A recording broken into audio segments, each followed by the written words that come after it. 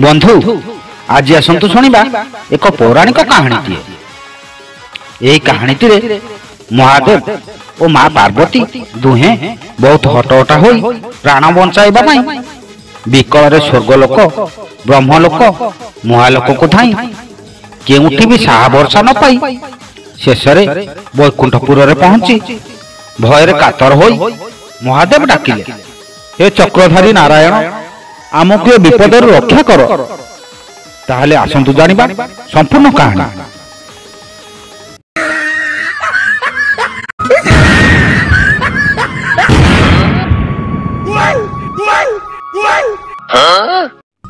ब्रुकासुर पुत्र थिला भस्मासुर। से देवता असुर और मानव द्वारा अपराजित थिला। तथापि से समग्र विश्व ब्रह्मांड रे सम्राट होगा को इच्छा करुथिला। से दिने मृगया को जाई था। नारायण नारायण नारायण नारायण नारायण नारायण दैवाद से जंगल रे तंकर भेट होई गला देवर्षि नारदक सहित। भस्मासुर तांको प्रणाम करी अति विनय होई पचारिले, हे देवर्षि मोते टिके परामर्श दियंतु। ब्रह्मा विष्णु और महेश्वर मध्यरु काहाको अल्प काल तपस्या कले मनोवांछा पूर्ण हेबो। नारायण नारायण नारायण बेस यही कथा हौ मु जहा कहूची मन दे सुन। भस्मासुर तुमे जदि कम समय मध्यरे वर प्राप्त करबा को चाहुच ताहले महादेव को तपस्या कर। कारण महादेव को अन्य नाम आशुतोष। से अल्पक संतुष्ट होई वर दे दियंती। भस्मासुर नारायण को परामर्श पाई क्षमकेदार नामक स्थान रे जाई घोर यज्ञ आरंभ कला। शिवाय ओम नमः शिवाय ओम नमः। एमिति किछि दिन चलीगला। किछि दिन परे देखिला महादेव आसिले। तापरे से निज शरीर रु मांस काटी घीर बुड़ाई अग्नि रे निक्षेप करबा को लागिला। जेते थर ता निज मांस को घीर बुड़ाई अग्नि रे निक्षेप करुथाए सेते थर मंत्र जपुथाए। एमिति शरीर सबु मांस सरीगला। यज्ञस्थल रक्त रे जुड़ुबुड़ हो जाउथाए। तथापि रुद्र प्रसन्न हेले नाही। तेणु शिव मंत्र सुमरी भस्मासुर यज्ञ कुंड को मुंड नुई देला और निज परशु अस्त्र द्वारा मुंड हाणी यज्ञ कुंड रे पकाइबा को उद्यम हेबा मात्रे लह लह होई जाउथिबा अनल कुंडरु दर्शन देले महादेव एवं तांको साथी रे थिले मां पार्वती। यज्ञ कुंडरु बाहरी महादेव भस्मासुर हाथ को धरि नेले एवं कहिले बच्च मु तो अंजुले पानी ओ केतोटी बेलपत्र रे संतुष्ट हुए। ये कठिन तपस्या करी निज शिर अग्निकुंड रे पकाइबा कोन दरकार थिला। हौ बच्च मु तुम कठोर तपस्या रे प्रसन्न। तेणु तुमे एबे कोन बर मागुछ माग। सेतबेलकु भस्मासुर शरीर बोली खाली कंकाळटिए थाए। महादेव भस्मासुर हाथ को धरी देवा मात्रे भस्मासुर पुणी आग भली सुस्थ और सुंदर हो गला। तत्क्षणात भस्मासुर महादेव को पाद तले पड़ी मुंडिया मारिला ओ बर मागी कहिला, हे महादेव आपण जदि मो तपस्या रे संतुष्ट ताहाले मते एई बर दियंतु जे मते केही मारी परिबे नाही कि परास्त करि परिबे नाही ओ मु जहा मस्तक रे हाथ रखी देबी से तत्क्षणात भस्म होई जिवो।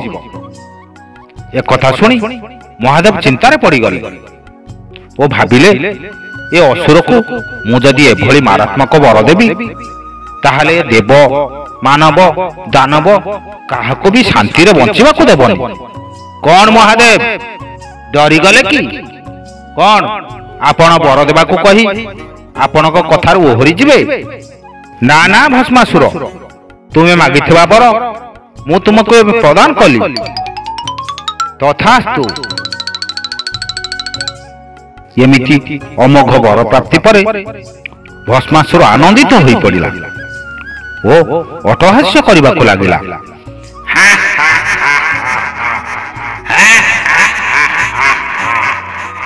ମତେ ଏବେ ଆଉ କେହି ହରେଇ ପାରିବେନି। ମୁଁ ଏବେ ଅମର ହୋଇଯିବି, ଅମର। ତାପରେ ଚାହିଁ ଦେଖିଲା ମହାଦେବଙ୍କ ବାମ ପାର୍ଶ୍ୱରେ ତ୍ରିପୁର ସୁନ୍ଦରୀ ମା ପାର୍ବତୀ ଠିଆ ହୋଇଛନ୍ତି।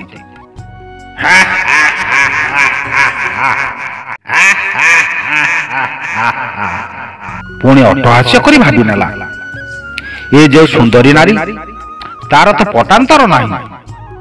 ତେଣୁ ମହାଦେବଙ୍କ ବର ଠିକ କାମ କରୁଛି କି ନାହିଁ ପ୍ରଥମେ ବରଦାତା ଶିବଙ୍କ ଠାରେ ହିଁ ପରୀକ୍ଷା କରିନେବି।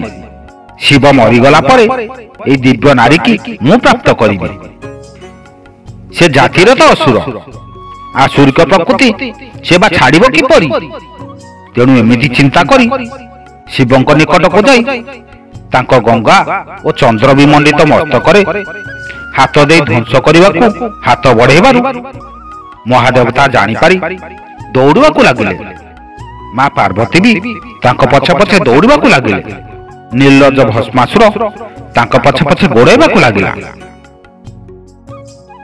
ବିଚରା ମହାଦେବ ମା ପାର୍ବତୀ ସେମିତି ଧାଇଁଥାନ୍ତି, ଅସୁର ତାଙ୍କ ପଛେ ପଛେ ସେମିତି ଗୋଡ଼େଇଥାଏ।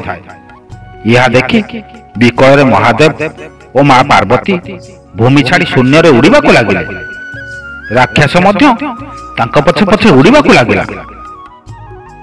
ମହାଦେବ ସ୍ୱର୍ଗଲୋକ, ବ୍ରହ୍ମଲୋକ, ମହାଲୋକକୁ ଧାଇଁ କେଉଁଠି ବି ସାହା ଭରସା ପାଇଲେନି। ଶେଷରେ ବୈକୁଣ୍ଠ ଧାମରେ ପହଞ୍ଚିଲେ। ଭୟରେ କାତର ହୋଇ ମହାଦେବ ବିକଳରେ ନାରାୟଣଙ୍କୁ ଡାକିଲେ, ହେ ଚକ୍ରଧାରୀ ନାରାୟଣ, ମୋତେ ଏବେ ଆପଣ ରକ୍ଷା କରନ୍ତୁ।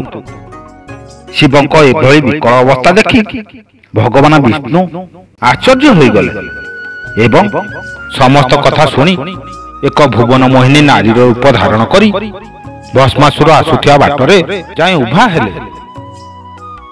ଭସ୍ମାସୁର ଏତେ ସୁନ୍ଦର ନାରୀ କେବେ ବି ଦେଖିନଥିଲା। ସେ ନାରୀ ମା ପାର୍ବତୀଙ୍କ ଠାରୁ ଆହୁରି ସୁନ୍ଦରୀ। ଭଗବାନଙ୍କର ଭୁବନ ମୋହିନୀ ରୂପ ଦେଖି ସେ ଆଶ୍ଚର୍ଯ୍ୟ ହୋଇଗଲା। ହେ ସୁନ୍ଦରୀ, ତୁମେ ମୋତେ ବିବାହ କର, ମୁଁ ତୁମକୁ ମୋ ପାଟରାଣୀ କରି ରଖିବି। ମୋହିନୀ କହିଲେ, ଅସୁର, ତୁମକୁ ବିବାହ କରିବାରେ ମୋର କୌଣସି ଆପତ୍ତି ନାହିଁ।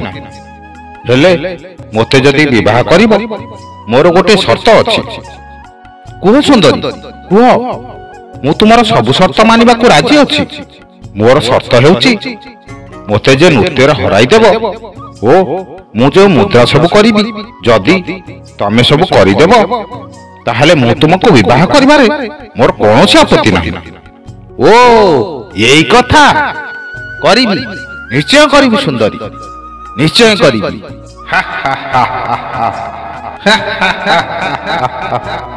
ମୁଁ ତୁମ କଥାରେ ରାଜି ସୁନ୍ଦରୀ। ଏବେ ବିଳମ୍ବ ନ କରି ପ୍ରତିଯୋଗିତା ଆରମ୍ଭ କର। ଏହିପରି ଭାବରେ ନୃତ୍ୟ ଆରମ୍ଭ ହେଲା। ଏମିତି କିଛି ସମୟ ନୃତ୍ୟ କରିବା ପରେ ଛଦ୍ମବେଶୀ ମାୟାଧର ବିଷ୍ଣୁ ନିଜ ମସ୍ତକରେ ହାତ ରଖି ନାଚିବାକୁ ଲାଗିଲେ। ଅସୁର ଭାବ ବିହ୍ୱଳ ହୋଇ ନାଚିବା ପାଇଁ ନିଜ ମସ୍ତକରେ ଯେମିତି ହାତ ରଖିଛି, ଆପଣା ଛାଏଁ ଛାଏଁ ଭସ୍ମ ହୋଇଗଲା। ଭସ୍ମାସୁର ଭସ୍ମ ହେବା ଦେଖି ଦେବତାମାନେ ପୁଷ୍ପବୃଷ୍ଟି କଲେ ଓ ଜୟ ଜୟକାର କଲେ। ଗୋଲକ୍ଷ ବିହାରୀ ବିଷ୍ଣୁଙ୍କର ଜୟ, ଗୋଲକ୍ଷ ବିହାରୀ ବିଷ୍ଣୁଙ୍କର ଜୟ, ଗୋଲକ୍ଷ ବିହାରୀ ବିଷ୍ଣୁଙ୍କର ଜୟ। ବନ୍ଧୁ, ଭିଡ଼ିଓଟି ଯଦି ଭଲ ଲାଗିଥାଏ ଭିଡ଼ିଓ ଗୋଟେ ଲାଇକ୍ କରିଦିଅନ୍ତୁ ଏବଂ ଚ୍ୟାନେଲକୁ ଯଦି ନୂଆ ଆସିଥାନ୍ତି ଚ୍ୟାନେଲକୁ ସବସ୍କ୍ରାଇବ କରି ବେଲ୍ ଆଇକନକୁ ଦବାଇ ଦିଅନ୍ତୁ ଏବଂ କାହାଣୀଟି କେମିତି ଲାଗିଲା କମେଣ୍ଟ ମାଧ୍ୟମରେ ଜଣାନ୍ତୁ। ଜୟ ଜଗନ୍ନାଥ, ନମସ୍କାର।